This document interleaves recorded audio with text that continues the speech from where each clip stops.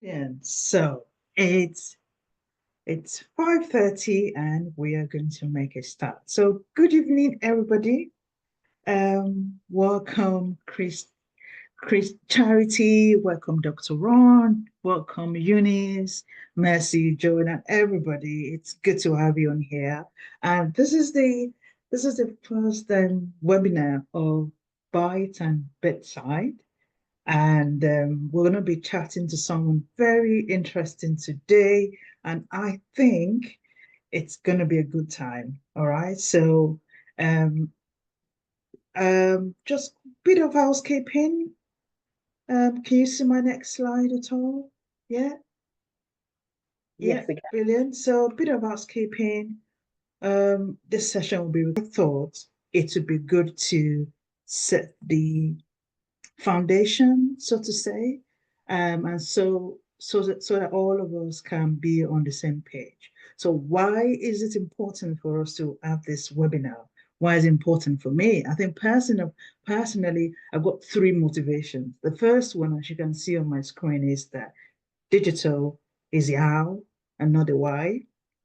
And this is a very famous quote that Ellen Batson, that's the CNIO of NHS England, usually quotes anytime I listen to her. And I think it's has a lot of meaning that regardless of whatever shining tools that we're using, that we have, it's not the most important thing. It's the patient safety, it's our patients that's the most important, not the tool.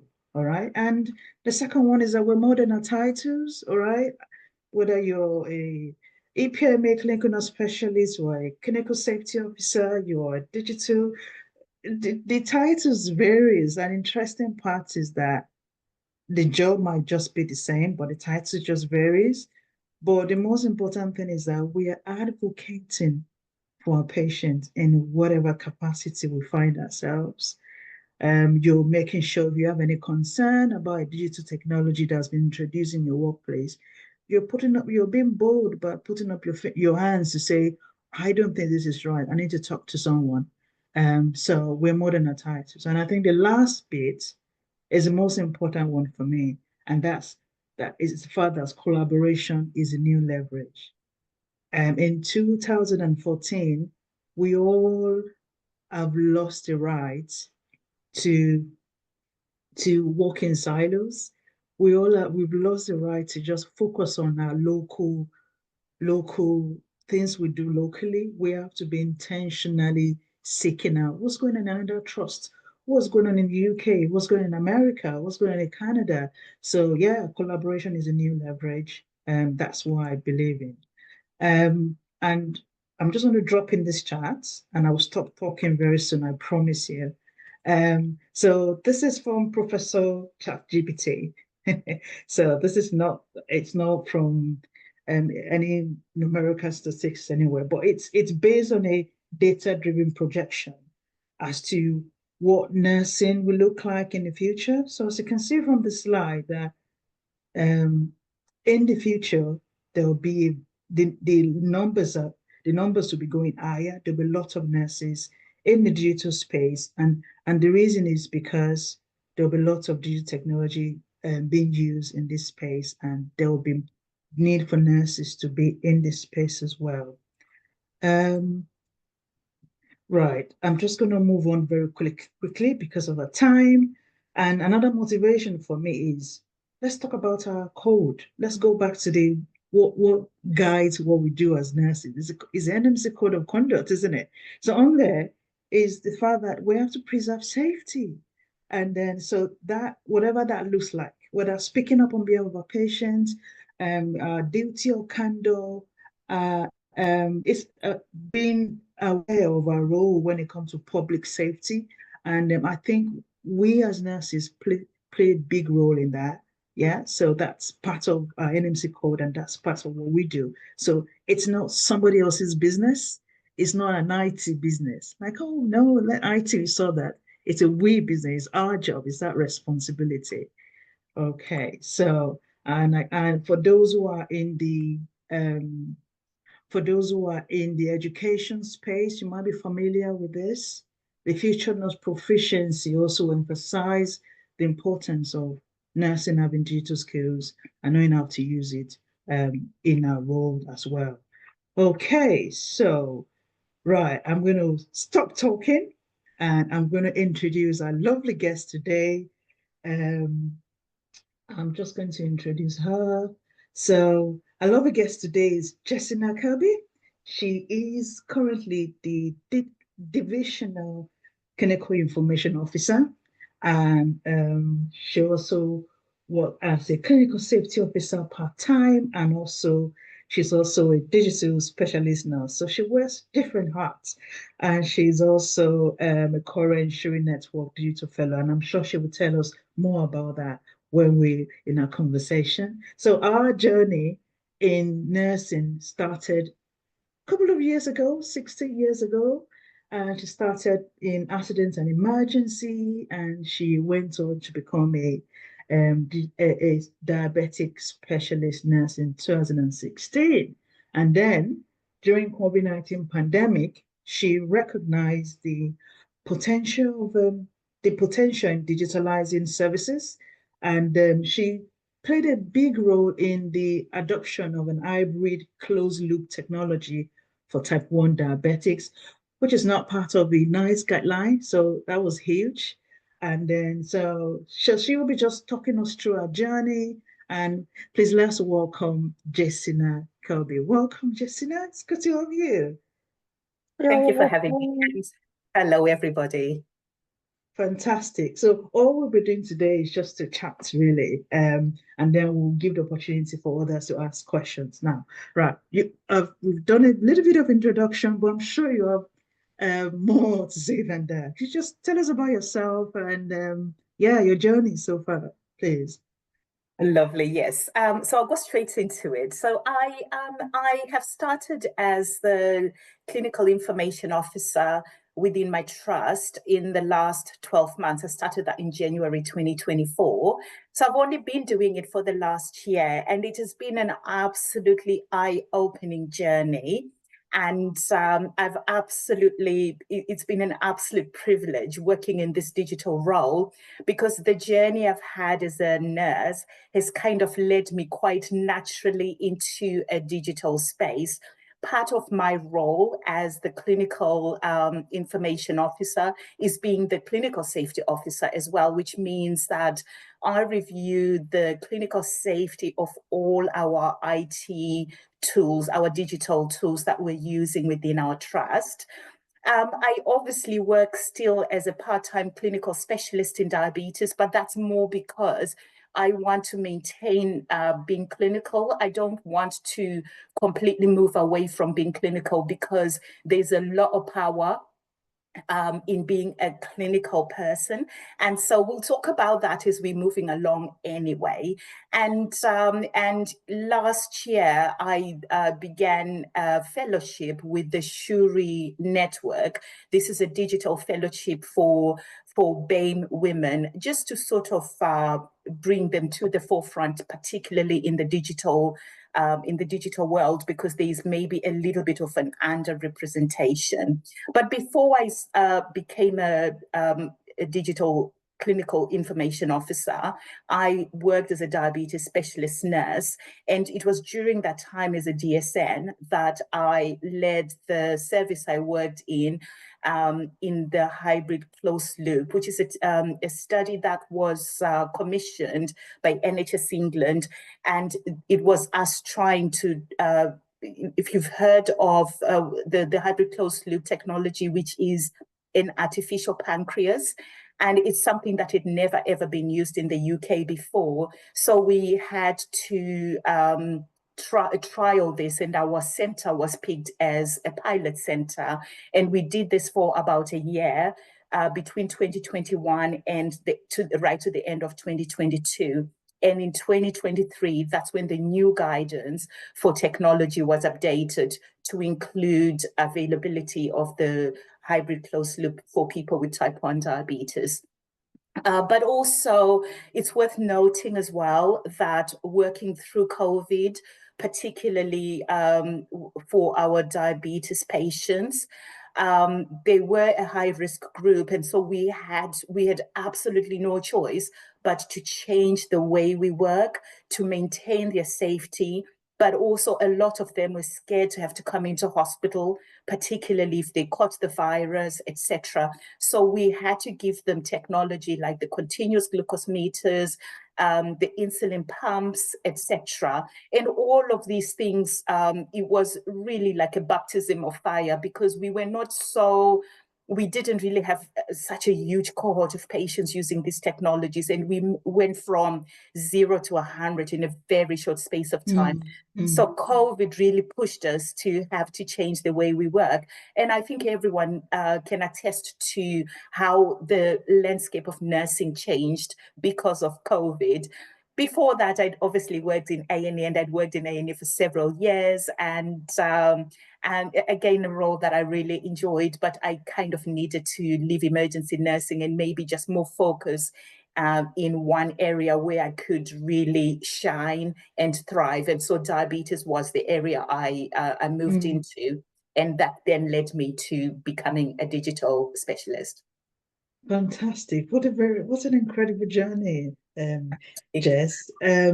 So you said something during your conversation that you went from literally from 0 to 100, yeah, when COVID happened. From your experience, would you say there's any going back? Would you say there's a chance of going back to what we were doing before COVID? And what do you think going forward? What do you think the landscape around caring for our patients using digital tool will look like? Yeah, so it's quite natural just to, if you see the way technology is advancing, you only have to look at where we were maybe say 20 years ago, 15 years ago, maybe even 5 years ago. Every time things are progressing, technology is moving.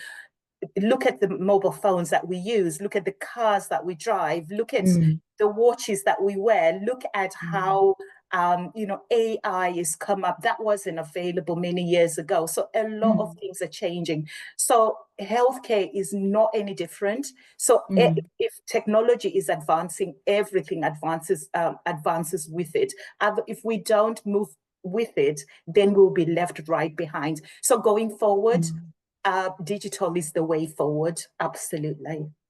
Absolutely. Thank you. And bearing that in mind, what would you say to nurses who are still very skeptical or thinking, oh no, I'm not an IT person. I just want to look after my patients and go home. What do you think would be the best frame of mind based on what you said that the healthcare digital is the way forward? What do you think is the right frame of mind? So obviously, if somebody enjoys working on the front line, looking after patients directly, there is absolutely nothing wrong with that. That's entirely fine. And obviously, some people might want to step away from that role and go into something a little bit more digital, and that's entirely fine as well. It's really just to follow your passion. But regardless of what type of nursing you prefer to do, you are going to have to deal with looking after your patients using digital tools.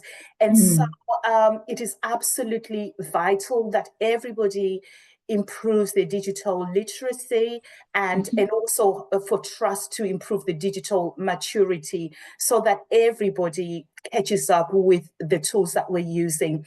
It's something that we cannot hide away from, but digital is really the way to go. And that's where everything is heading towards anyway. Fantastic. Thank you so much, Jess. That's really helpful.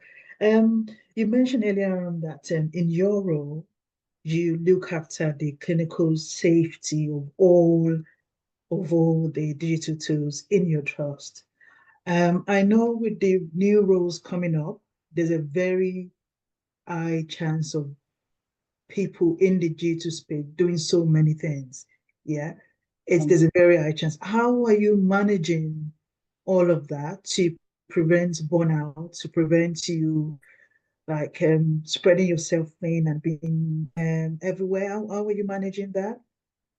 Yeah, so yeah, there's a lot going on when it comes to working in the digital field, as you can imagine, because there's so many aspects to think about, particularly from a patient safety, but also when you are working in the kind of role where I am, you are having to liaise between the digital team, but also you're liaising directly with the clinical team. So you're really always back and forth between the two services and all that, but you burn out if you're not enjoying what you do. I Mm, absolutely mm, enjoy my job. I mm, make mm. sure that I am up to date with my training and courses. I'm part of different networks for inspiration and also just attending various conferences and courses to improve my knowledge and understanding and also just for continuous development. When I do that, I find that I am able to carry out the tasks that I'm expected to carry out Mm, with a lot more understanding. And so it's a lot more enjoyable. But mm. obviously, I do tend to leave work at work. When I finish work, I literally switch off. When I go home, by all means, I try and not do anything to do with work when I'm at Yeah, home. So I don't yeah, mix the two so that yeah, I yeah. don't burn out. Otherwise, if I carry my work at home, then my home life suffers. And Mm, if I carry my home life to work, then my work life yeah. suffers. So I just Mm. try and keep the two separate so that I can enjoy them both very separately. And then as a result, I don't burn out. Fantastic. Thank you. That's very helpful. You said something about networks, and I was going to go on to that because I know at the moment you're currently comp completing a fellowship, or have you finished up? Can you tell us a bit more about that? The fellowship you're currently doing. Oh yeah. So no. So the Shuri network is something that only came to fruition about 5 years ago, I believe, or nearly 6 years ago. So they haven't really had many fellows on it. I only started in September, and I should be finishing in May this year. So graduation will be in May. This is a digital fellowship that really just is available to BAME women, which is Black and ethnic minority women who are interested or are already working in a digital role. And obviously there are other fellowships, but at the moment that's the one that I am focusing on. Okay. And how has that helped you so far? Oh my God, it's been an absolutely amazing experience. I'm absolutely enjoying it. I have met the most wonderful people in that fellowship, and they're all like minded. And so it's actually sometimes really overwhelming when we have an event because I want to speak to everybody because everyone has got something that I get something from, and everyone is so willing to give out information, to support. And it's such I know that even after the fellowship I will have some lifelong fellows, so to speak, who are also doing the things that I'm doing, so they're all in a digital role or at least aspiring to be. So it's been really eye-opening. They get us it's obviously funded by NHS England, so we Right. get a lot of like sessions with Mm. relevant people who are quite high up in the digital field. So we do learn a lot, and they are opening up so many opportunities. And it is something I would encourage anybody who would be interested in following a digital career to consider. Okay, fantastic. Thank you so much, Jess. That's good to know. And like you said about other networks out there, I think there are a couple of networks, and because sure is for Bay members, but there are other networks out there. I know of Chime. I know of currently at the moment, Florence Nightingale Aspiring Leadership. Um, Training is out there for anybody interested to apply for it as well. That's open for everybody. So yeah, I totally agree with you. The networking, you said that has been very helpful for you. Networking, attending conferences, CPD just helps you to keep that passion going, and especially networking with like-minded people, people in similar roles, similar jobs. That goes a long way as well. So thank you so much for sharing that. I'm just looking at the time, and I really want us get question from the audience. So I'm just going to stop and then I'll go through the chat box and see if there's any question there, and we'll start with that. Okay. So I'm just having a look, and then right. So the first question I've got on here is from Clementina. So Clementina says data nursing is a new terrain, like you've established. How can one navigate and find our fit in this space?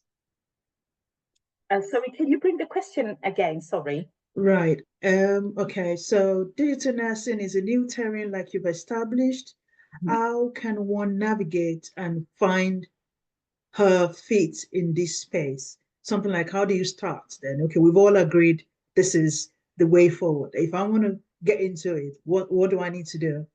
Okay, yeah, okay, thank you. I completely got it. Thank you for your question, Clementina. So what you will find in your trust is you will have a digital service, and within that service, you've got a lot of people who are already working within the digital in the digital space. However, as we are adopting more tools, it's important that if you wanted to maybe shadow somebody who's maybe doing something that you're interested in, you could maybe ask to shadow them, spend a day with them, or even half a day, or maybe just to meet them and ask them the questions that you've got to try and have an understanding. One thing I can guarantee, because I can see that happening in my trust, is that the more we are adopting digital tools, we are then creating more jobs for nurses, because there are more people that are required for the different things. And certainly this is the more digital tools we're using, even the workforce that's actually working is not enough to provide the support that is required. So more and more opportunities are opening up for nurses. If you've been spending time with people in digital, you may find that actually they will come to you because they know you've already shown an interest. So whenever a job comes up, they might come to you. But also remember, if you're interested in a digital role and you're a nurse, that some of those roles may not have the word nurse in their title. There's actually no nurse in my title. So if I would have been ordinarily looking on the NHS website or on a job website, I might have completely scrolled over it without realizing that this is a role that's actually open to nurses. So just be open to spending time to understand what's going on in the digital service, but also if there are any jobs that are available as well, that they'll be advertising, so that if you do want to apply for something like that, then you can, that's one way to go. You could also champion and be a champion in your area where you work, or ward, wherever it is you're working. They're looking for digital champions all the time. And sometimes that one area of that one role can actually propel you into a digital role a lot more easily, because just by showing that interest, it helps to propel you going forward. Thank you so much, Jess. I like what you said about nurse not being the title, because I think we are just structured to just look for, oh, it doesn't have a nurse in the title. And I think I've heard it from so many persons saying, oh, I saw that job opportunity and I thought, oh, it's not for me because there's no nurse in the title. But it was only when they had a close look at the job description, spoke to someone, spoke to the contact on the job adverts, that they begin to understand, wow, this is me, this what I love to do. So thank you for that point about not just being fixated on the job title. Right. I'm just having a look on here to check the next question I've got.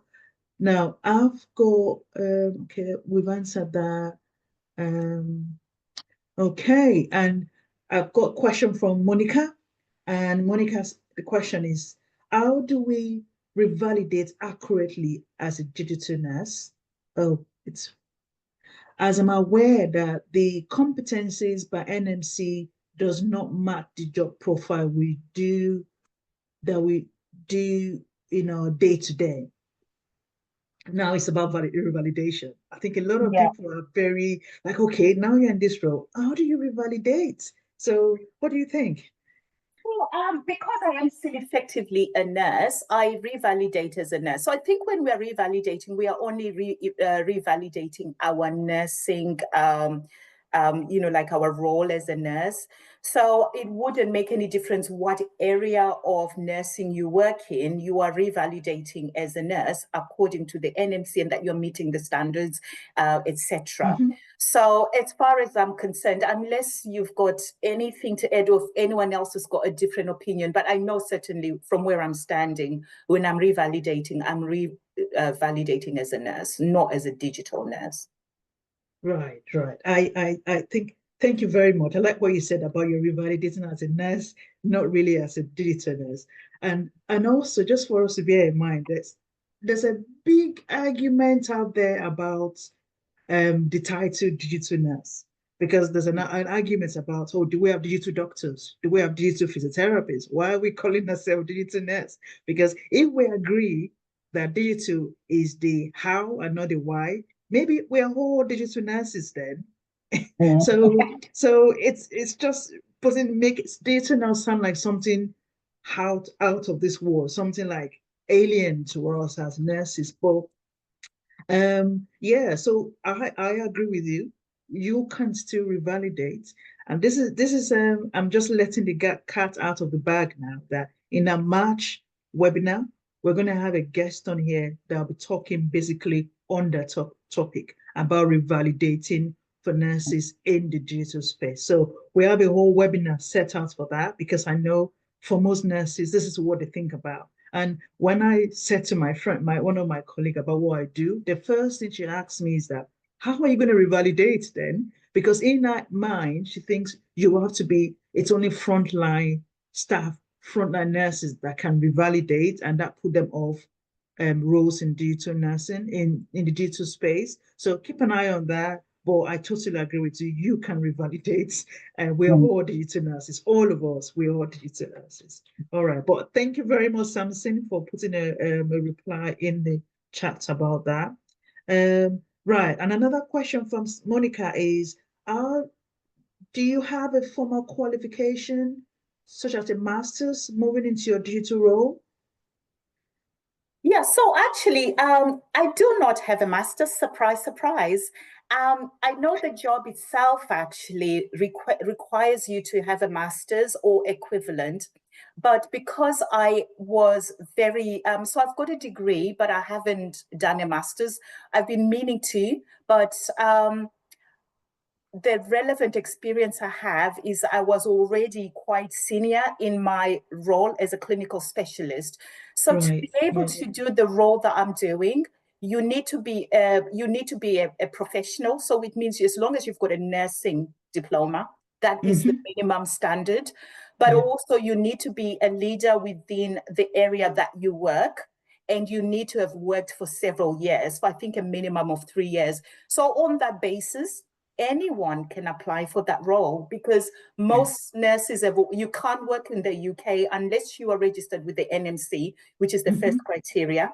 Second Mm-hmm. criteria is that you've got to be a leader within you've got to be quite specialist in the area where you work. And I was already a diabetes clinical specialist anyway. And I'd worked for 3 years, which is what that was the pretty much the basics. So a master's was just something that is desirable. So if you do not have a master's, because a lot of nurses don't, in fact, a lot of nurses I know have only got diplomas, but they are still able to take on these roles because when you do not have a master's, as long as you've got experience that backs up, because the master's isn't what gives you the experience, it's your clinical background and your Mm-hmm. clinical experience and your Mm-hmm. clinical expertise that's more powerful. And I actually got the role over people who already had masters. So if that will help, Monica, I hope that means something to you. Yeah, absolutely. Thank you so much, Jess. I think as nurses, in our mind, we kind of feel that we need to do something to qualify us to get into space like this. We think, oh, you need a master. masters, and there's another conversation around certificates. People are like, oh, what certificates do you need, do I have to go get to qualify me for this job? And I agree with you, Jess. What I tell people is that so long as you are a registered nurse, that qualifies you. So yeah, so your experience, your clinical experience is the most important thing, and the experience of working in that niche, that specific area, yeah, what qualifies. So please don't let a master's disqualify. Don't disqualify yourself if you don't have a master's. Just put yourself forward, and the worst thing you can hear is a no, and no is an answer, but keep putting yourself out there. Okay, and the next question I've got here is Olamide. Olamide wants to know what's the difference between EPMA nurse, a digital clinical safety officer, digital nurse, clinical informatics specialist nurse, and virtual ward nurse. Oh, Olamide, what a difficult question. That's the hardest question I'm probably going to answer. The thing is, we are all very different, but our jobs intersect in so many areas. So in my role as the divisional clinical information officer, I also have within my job title as the clinical safety officer as well. An EPMA nurse will, as the name implies, EPMA, they may be specialists in the EPMA system, but not maybe any other system per se. I know when we are reviewing the clinical safety of systems, I'm not just looking at EPMA, I'm also looking at our electronic patient records, I'm looking at patient portal, I'm looking at all the digital tools, and EPMA is just one of them.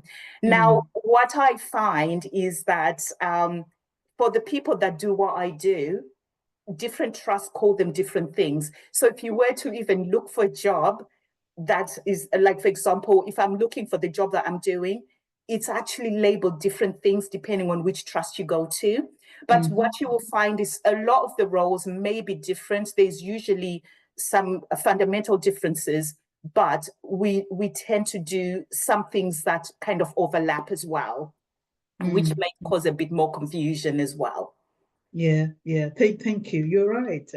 I think you've actually answered the question already when you said something about we should not be put off by the not having nurse in the title. At the same time, we should not be put off by the different titles out there.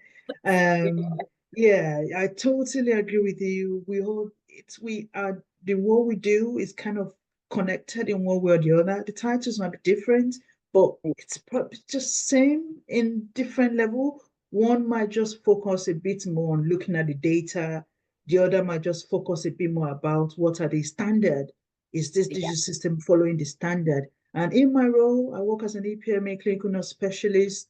I'm not looking at the electronic EPR system, which is the electronic page system, but I'm just looking at the tiny part of it, and that's the electronic prescribing.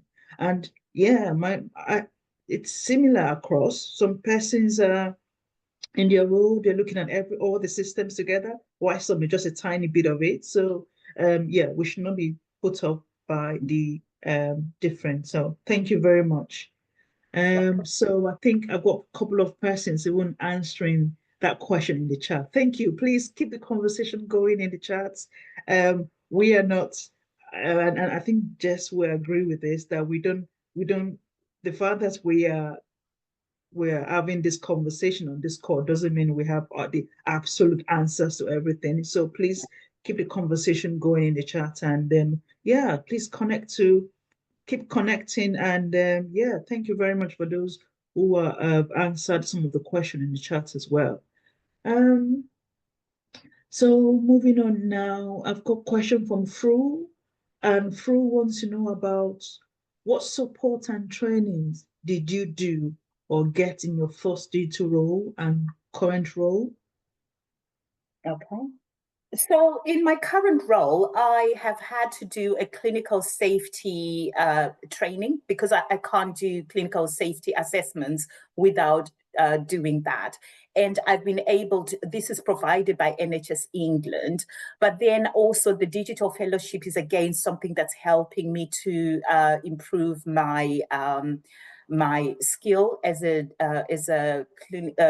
digital nurse. And they also have some in-house things as well that they're doing for my trust. So of course I try and register for all the ones that I can attend.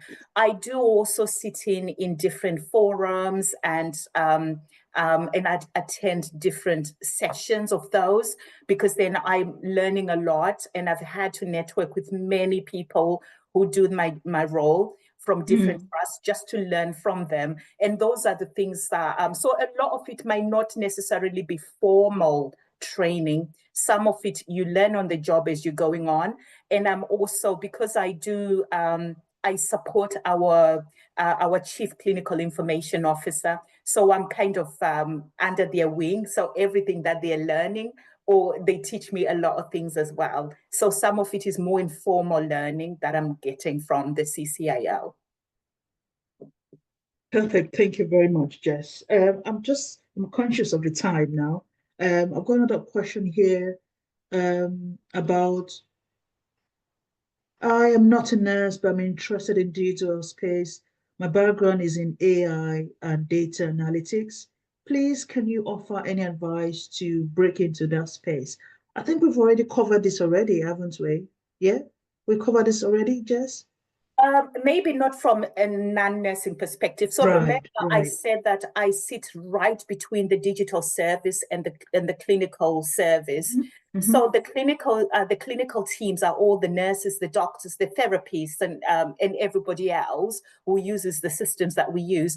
But the digital service, no one is a nurse in that team, and that's probably a very big team in itself. So there's always openings going on. So you may not be a nurse, but actually not all the people who work in NHS are clinical. So there will always be spaces, and there will always be vacancies for people like you. So I hope you will at least consider that as well. Yeah, thank you. Yeah, I totally agree. There's so many non-clinical data roll out there, and yeah, a good place to start is just to have a look on those websites. And yeah, I'm going to skip some of the questions that's been answered on here, and then we can go back to it if we have more time. Olamide, she's asking about, so how do we go about shadowing in the NHS, as we are required to take permission from our line managers, especially if the roles are particularly different? Is there a platform where we can reach out and find out what to do? Yeah, so obviously, certainly if anybody that I am managing wants to improve, because it's part of CPD when you shadow somebody, if someone is interested in going to learn and find out about something, I would have to do everything I can as a manager to support the person to be able to do that. So obviously bring this up with your managers and just sort of see if this is something they can accommodate. It may be a bit difficult if you're asking to shadow somebody a whole day, but you could just say maybe a couple of hours in the day, for example, just because they may not be able to cover you when you are away. But a good manager wouldn't prevent somebody who wants to learn and move their career forward. Otherwise, they're putting stumbling blocks in your progress. So I would question why that manager would be doing that. And I would also question their management style. But certainly anybody who wants to progress, there is, as a manager, it is incumbent on you to support a member of staff to do that. Yeah. So I agree with you that yeah, I think part of managing is also to support your staff to blossom, to grow into whatever role they want to. So and just to add also that there are other platforms where you can connect with other people. I would, at the end of this webinar, I'm going to be sending out an email that would have a couple of links and websites you can visit. I know Digital Health Discourse has got a platform where you can ask for shadowing experience. outside your trust or even within your trust. So there are platforms like that. So just keep an eye on the email I'm going to send out. There are links in there that you can find very helpful. Just before we carry on, I just want to say a very big shout out to somebody that one of my mentors. I've got one of my mentors in the call today, and she's in the background. Yvonne, thank you very much for turning up today. I really appreciate it. And that brings me up to my own personal question to you, Jessina. What is the role of mentorship and coaching in moving into this role? Into not just moving into this very interesting space, but moving out of your comfort zone. What do you think mentors and coach can do to help? Is this something as nurses we should consider as well? Absolutely. You find that when you mentor somebody, it's not just the person that is going to benefit from that mentorship experience, but also as the mentor, you also learn a lot more about what could be going on that you may not necessarily understand, because sometimes your roles might be very, very different. So mentorship and coaching goes both ways. I receive coaching anyway, just because I guess doing a fellowship particularly, and when you are in such a stressful sort of stressful environment, you do need a lot more coaching just to kind of get your head around what's going on and have a better understanding of things. But certainly it's good, as you can imagine, when we were all nursing students, we needed mentors, because mentors helped us to become better practitioners. So even when you are now a qualified nurse, if you want to go into a different field to where you are, you will probably need a lot more, you will need mentoring so that you can kind of get yourself to the level where you need to be, because mentors are meant to help you, but also you are also helping inwardly as well. You're helping the mentor to learn about you too.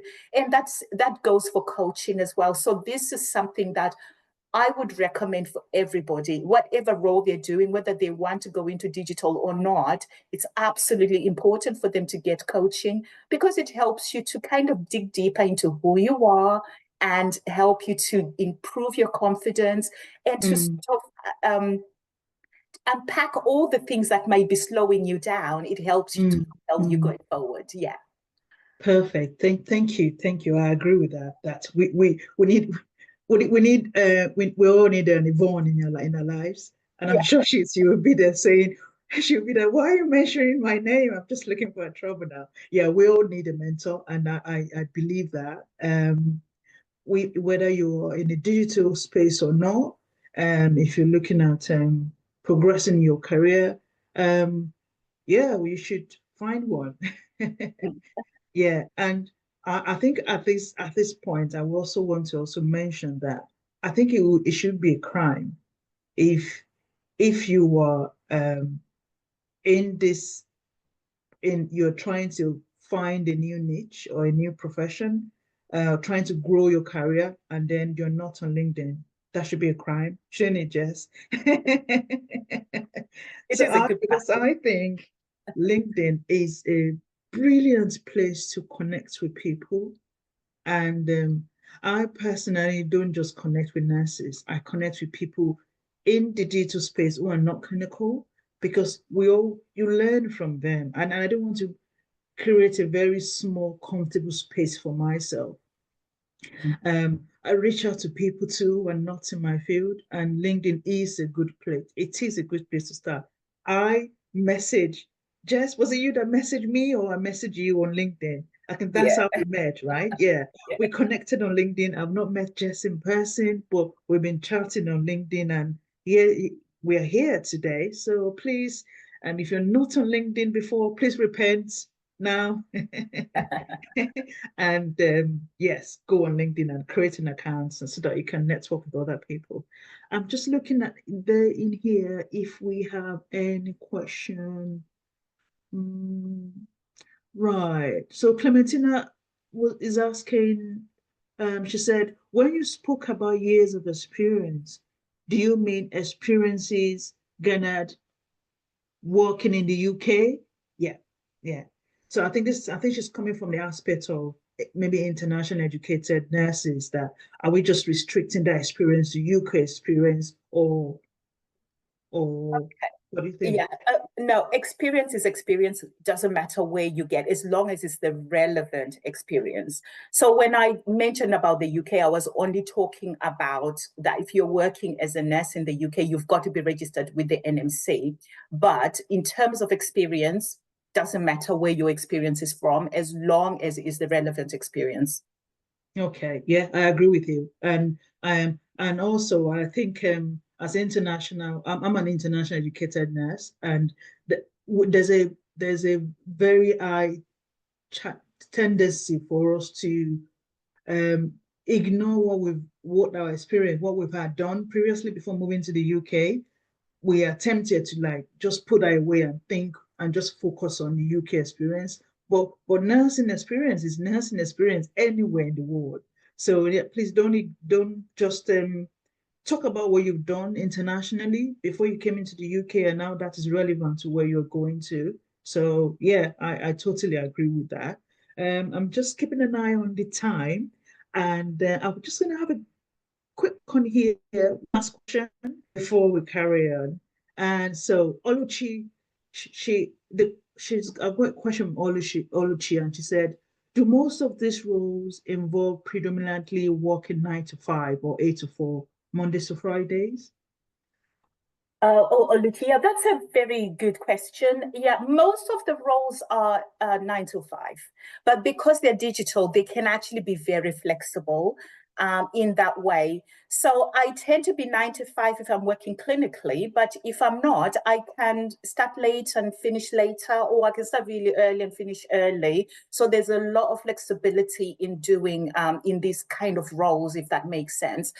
But again, it depends. If you maybe are working, say, for example, in a service support sort of team where you are providing IT support, it may well be that maybe they do cover nights. But to be honest, most times, generally, they tend to be 9 to 5, if I'm perfectly honest. But there's a lot more flexibility as well. Yeah, yeah. Thank you very much. Yeah, I agree with that. Okay, so I'm just going to end with a question, with that question from Oluchi. But many thanks to Samson, Monica, and everyone that have been answering the questions on there. I really appreciate that. So if you're on the call, please feel free to read through the answers you have in the comment section. Right. So thank you very much, Jess. It has been fantastic listening to you, and it would be good to have you back one of these days again. But I really want to appreciate you. Thank you so much. Whilst you're still here, we've got 15 more minutes. I'm just going to run through what I've got on my slide, and hopefully that will probably answer some of the questions that we have, unanswered question or answered question. Right. Right. So can you see my slide? Can you see my slide? Yeah. Okay. Right. So on this page, I've got, if you can take a screenshot.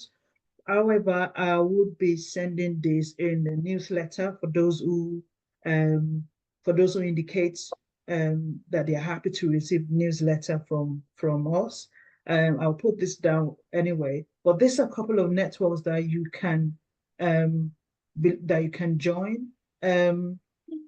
You can look for these networks on LinkedIn. You can look up that you can search for them online and be active in that group. Subscribe for their newsletters so that you can get updates from these networks. And yeah, the Federation of Informatic Professionals is not just for nurses. So that is why I also recommend that don't just network with just nurses alone. Network with IT, network with people outside your profession, and the Federation of Informatics Professionals is a good place. And also we've talked about LinkedIn, that you just have to be on LinkedIn. And also I've got somebody on the call today, Dr. Ron. He has been very motivated. He has been very helpful in motivating me to put this together, because it's very easy to just you know just think, oh no, I have nothing to offer. I'm trying to think of the word now. It's gone off my head. But many thanks to Dr. Rod. He is very, if you're looking for someone to mentor you when it comes to developing your own social media presence as a clinician, as a nurse, that's someone you need to talk to. Thank you very much for being on the call today. Right. So next slide. Right. I've just got on here different job titles that I've got very familiar with, and I think you can also look this up. Yeah, we've already said don't be put up with a job title. You need to read the job description and specification.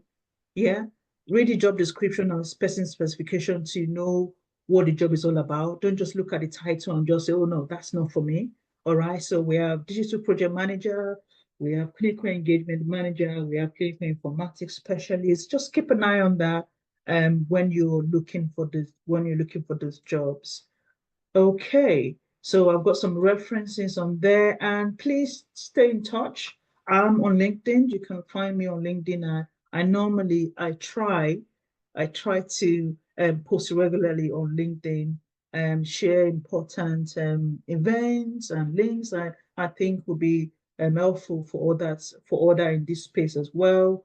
And so please stay in touch, and let's carry on conversation from here. I think that's everything. It's 21 minutes past 6. Yeah, that's brilliant. Perfect timing. And one thing I would really appreciate before I round up is I would appreciate if I can get your feedback, please. I'll put the link in the chat. It's on the slide, but I'm aware, yeah, I'm just going